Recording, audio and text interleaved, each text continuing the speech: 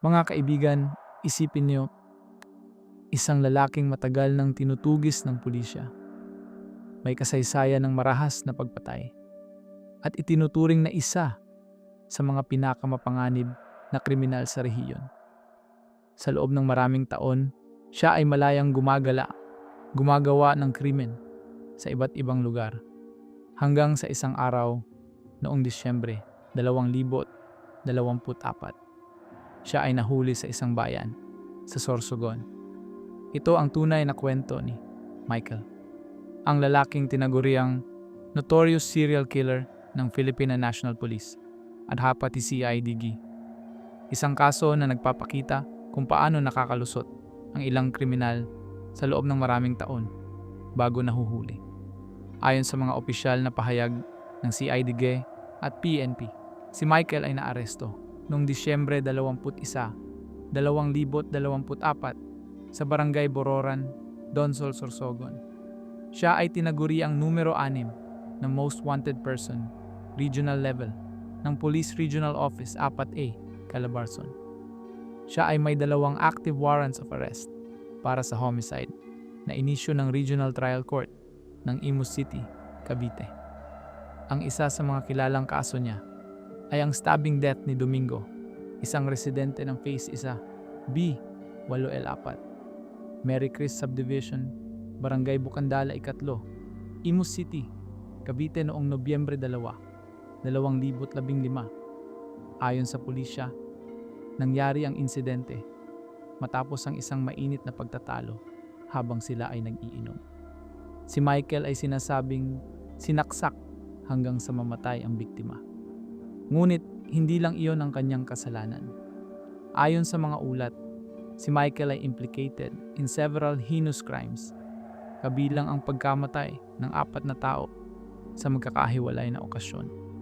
Siya ay inilarawan bilang isang notorious serial killer dahil sa pattern ng kanyang mga krimen.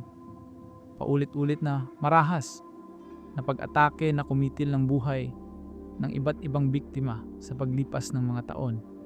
Ang pag-aresto kay Michael ay bunga ng coordinated operation ng CIDG Cavite Provincial Field Unit kasama ang Cavite Maritime Police Station at Donsol Municipal Police Station.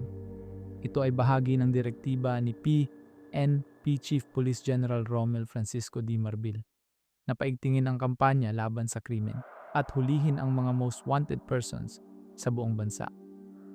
Ayon sa mga opisyal, si Michael ay matagal nang tinutugis dahil sa kanyang kasaysayan ng karahasan. Siya ay may kakayahang lumipat-lipat ng lugar mula Cavite hanggang Sorsogon na nagpapahirap sa mga autoridad na mahuli siya. Ang kanyang pag-aresto ay itinuturing na isang malaking tagumpay para sa pulisya, lalo na dahil siya ay itinuturing na notorious at mapanganib sa lipunan.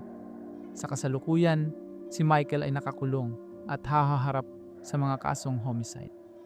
Ang pamilya ng kanyang mga biktima ay umaasa na sa wakas ay makakamit nila ang hustisya pagkatapos ng maraming taon ng paghihintay.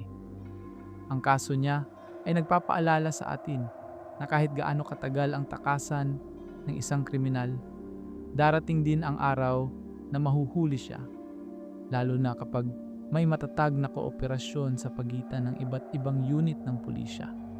Ang kwentong ito ay nagbibigay din ng aral tungkol sa kahalagahan ng mabilis na pagtugon ng ating mga autoridad.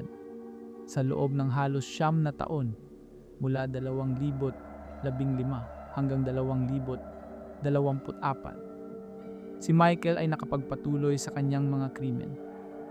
Ito ay nagpapakita na kailangan pa nating palakasin ang sistema ng intelligence at coordination para mas mabilis na mahuli ang ganitong uri ng kriminal bago pa sila makagawa ng mas maraming kasalanan.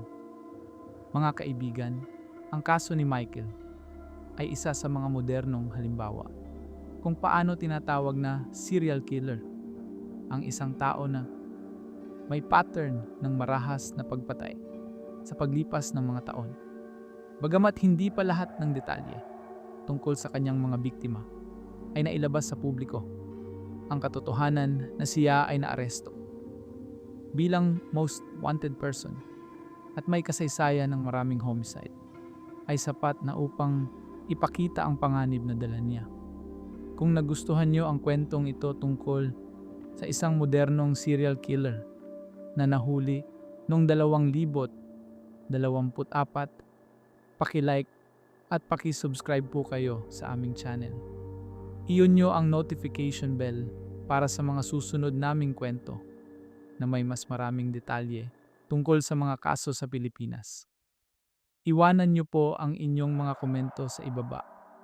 Ano ang naiisip nyo tungkol sa kasong ito? Maraming salamat sa panunood at hanggang sa susunod nating kwento. Ingat po kayong lahat. Mga kaibigan, ang kwentong ito ay hindi lamang tungkol sa isang pagpatay. Ito ay tungkol sa hustisya, sakripisyo, at pag-asa na kahit gaano katagal, ang katotohanan ay lalabas din. Ito ay nagpapaalala sa atin na ang buhay ay marupok at kailangan nating protektahan ang ating mga mahal sa buhay. Ito rin ay nagpapakita na ang sistema ng hustisya ay kailangan pang pagbutihin para mas mabilis at mas patas ang paglilitis ng mga kaso. Kung nagustuhan niyo ang detalyadong kwentong ito tungkol sa Visconde Massacre, paki-like at paki-subscribe po kayo sa aming channel. I-on nyo ang notification bell para hindi nyo miss ang mga susunod naming kwento. Iwanan nyo po ang inyong mga komento sa ibaba. Ano ang naiisip nyo tungkol sa kasong ito? Maraming salamat sa panunood at hanggang sa susunod nating kwento. Ingat po kayong lahat.